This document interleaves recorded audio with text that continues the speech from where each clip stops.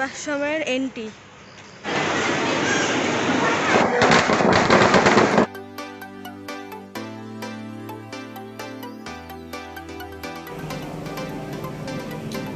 নমস্কার বন্ধুরা, কেমন আছেন সবাই? আমি ভালো আছি।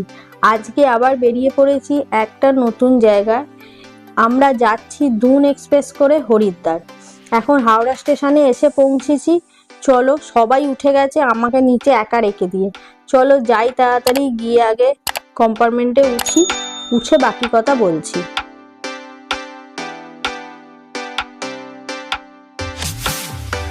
চলো দেখি আমাদের সিট কোথায় পড়েছে আর আমাদের মূর্তিমানগুলো কোথায় আছে। আর এখন তো রাত, কিছুই দেখাবার নেই। চলো গিয়ে সিটে উঠে আপাতত খাওয়া দাওয়া করে শুয়ে পড়ি, কারণ এই রাতে আর কিছু দেখাচ্ছি না।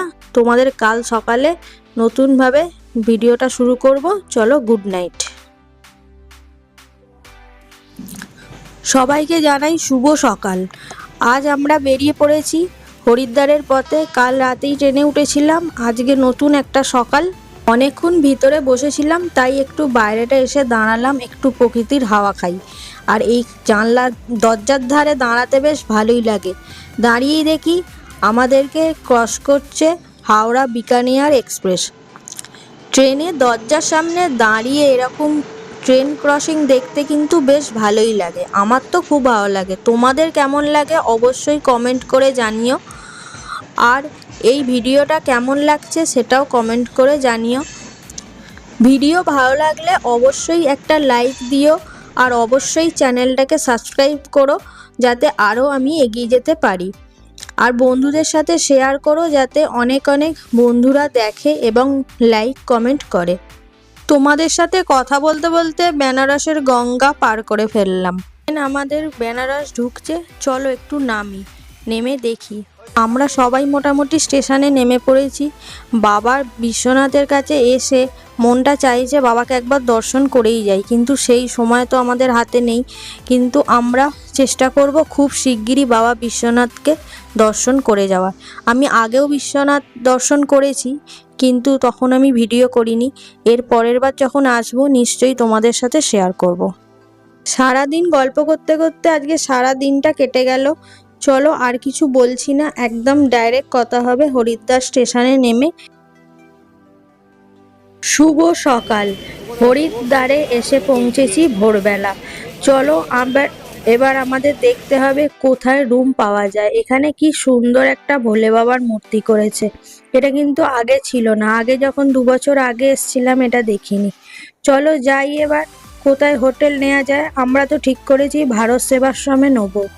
ভারত সেবাশ্রমের এন্ট্রি। চলো এবার ভেতরে যাই, গিয়ে দেখি রুম আছে, কিরকম রুম থাকে।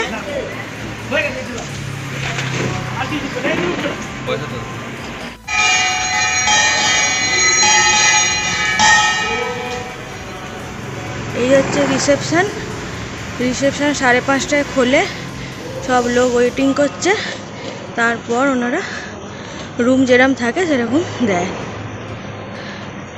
জায়গাটা এত সুন্দর, এলে আর কিছুর দরকার হবে না, শুধুই মনে হবে সময় কাটিয়ে দিই এখানে বসে। আমরা তো এসে ভারত সেবাশ্রমে ঘর নিয়ে নিয়েছি, ঘর পেয়েও গেছি। আমরা 5 জন আছি। এসি রুম নিয়েছি, আমাদের 1200 টাকা পড়েছে।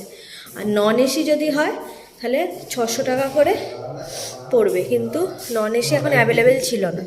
চলো তোমাদের ঘরটা একবার দেখিয়ে দিই। এরা এসে এখানে লাত খেতে শুরু করে দিয়েছে। এত বড় বেড দিয়েছে, এক একটা বেডে মোটামুটি 2 জন 4 জন হয়ে যাবে। এখানে একটা টেবিল দিয়েছে। এসি তো আছে, কিন্তু এখানে এসির প্রয়োজন নেই। টয়লেটটাও বেশ পরিষ্কার। এখানে বেসিন আছে, মিরর আছে।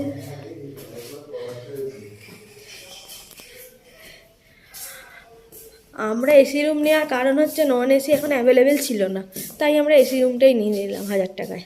এই 1200 টাকায় 5 জনের। চলো এবার বাইরে বেরোই, ফ্রেশ হয়ে তারপর বাকি কথা বলছি।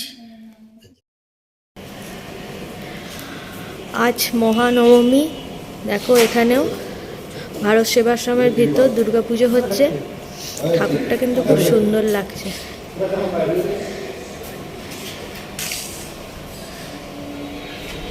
বিশাল বড় জায়গা।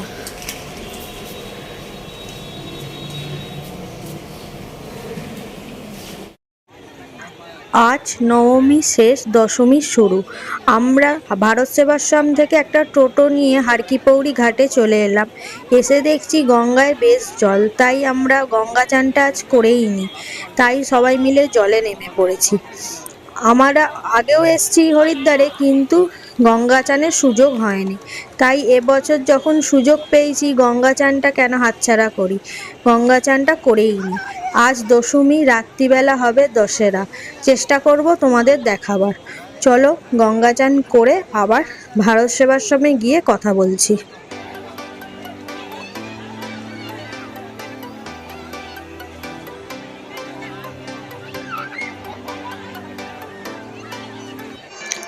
আমরা গঙ্গা চান করে ফিরে এসে দেখি দশমীর পুজো শুরু হয়েছে।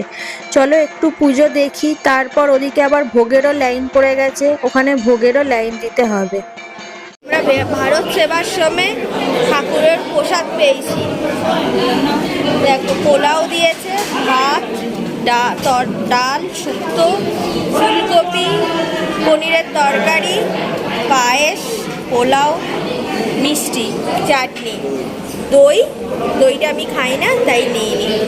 আর জায়গাটা দেখো এত সুন্দর, আর এইভাবে সিস্টেম করে খাবার দেয়া হচ্ছে। দুপুরবেলা খাওয়া দাওয়ার পর আমরা আবার রেডি হয়ে বেরিয়ে পড়েছি।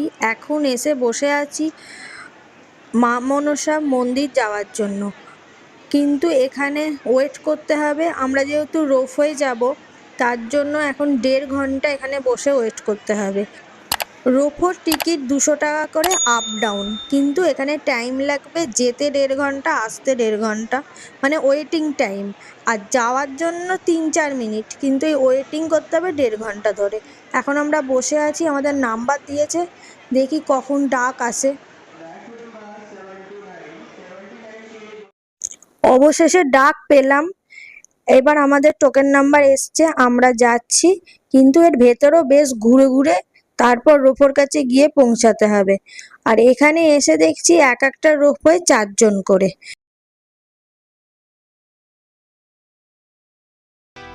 আমরা তো 5 জন আছি, তাই জন্য একজনকে আগে যেতে হলো, আর আমরা 4 জন একসাথে যাব।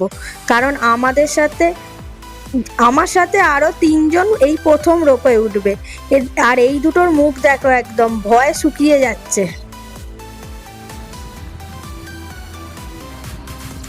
আমরা তো রোপওয়ে যাচ্ছি, এখান থেকে কিন্তু হেঁটেও মনসা পাহাড়ে ওঠা যায়।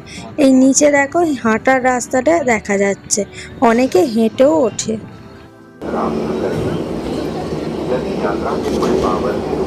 মন্দিরের ভেতর ক্যামেরা কোনোভাবেই অ্যালাউ নয়, তাই জন্য তোমাদের দেখাতে পারলাম না। আর মন্দিরের ভেতর কিন্তু প্রচুর ভিড়, মোবাইল, পার্স সব কিছু সাবধানে রাখতে হবে। এখান থেকেই তোমাদের দর্শন করিয়ে দিলাম। তোমাদের তো আগেই বলেছি আজ দশমী। আমাদের যেমন ওয়েস্ট বেঙ্গলে বিজয়া দশমী হয়, এখানে হচ্ছে দশেরা, রাবণ দহন। চলো আমরা চলে এসেছি যেখানে রাবণকে দহন করবে। তোমাদেরকে দেখাই কিরকমভাবে রাবণ দহন করা হয়। এখানে প্রচুর ভিড়, দাঁড়িয়ে ভিডিও করাটাও খুব সমস্যা, এত ঠেলাঠেলি হচ্ছে। আর সবচেয়ে বড় কথা, পকেটমার হওয়ার খুব চান্স। তাই যদি কেউ আসো এই দহন দেখতে, খুব সাবধানে মোবাইল, পার্স রেখো। আর আমরা এখান থেকেই চলে যাব আবার ভারত সেবাশ্রমে। ভারত সেবাশ্রমেই আমাদের রাতের খাবারের কুপনও কাটা আছে। রাতের খাবারের টাইম, কুপনের টাইম হচ্ছে 5টা থেকে দেয় ওই 7টা অবধি। তার মূল্য 40 টাকা, দিনেও যা রাতেও তাই। রাত্রিরেও আমরা এই ভারত সেবাশ্রমেরই খাবার খাচ্ছি। ভাত, ডাল, একটা সবজির তরকারি আর একটা আলুর তরকারি দিয়েছে। আর যে রুটি নেবে সে রুটিও খেতে পারে, রুটির অপশানও আছে। আমি রুটি নিইনি, এরা কেউ কেউ রুটি নিয়েছে, কেউ কেউ ভাত নিয়েছে। চলো এবার খাই। আমাদের খাওয়া কমপ্লিট হয়ে গেল, আমরা তাই একটু এখানে পায়চারি করছি। এত সুন্দর সাজিয়েছে, এখান থেকে যেতেই ইচ্ছা করছে না। ভিডিওটা এখানেই শেষ করলাম। ভালো লাগলে অবশ্যই লাইক করো, কমেন্ট করে জানিও আর চ্যানেলটা সাবস্ক্রাইব করো। Good night.